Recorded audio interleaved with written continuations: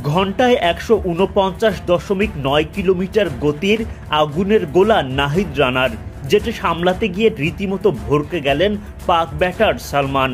মাত্র ২১ বছর বয়সী নাহিদ রানা এখন বাংলাদেশের গতির রাজা।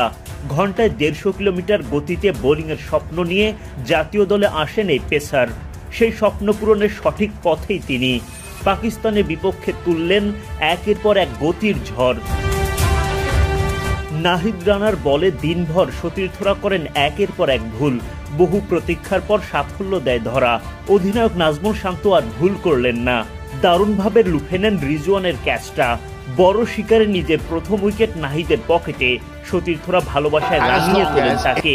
গ্যালারিতে বাংলাদেশি সমর্থকদের মাঝেও উল্লাসের জোয়ার। নাহিদের পর মেহেদী হাসান মিরাজ তোলেন আরও একটা উইকেট। সেখানে সাকিব আল হাসান নেন দুর্দান্ত একটা ক্যাচ। সপ্তম উইকেট তুলে বাংলাদেশ আরো ভালোভাবে এগিয়ে যায় ম্যাচে। ওই উইকেটের রেশ কাটতে না কাটতেই আরো একটা উইকেট তোলেন মিরাজ। তিনি পূরণ করেন উইকেটের হালি। পরে অবশ্য মিরাজ দেখা পান ফাইফারেরও। এদিকে তাসকিনের বলে বাউন্ডারি লাইনে চোখ ধাঁধানো ক্যাচ সাকিব আল হাসানের। হাসি ফোটে টাইগার প্রধান নির্বাচকের মুখে।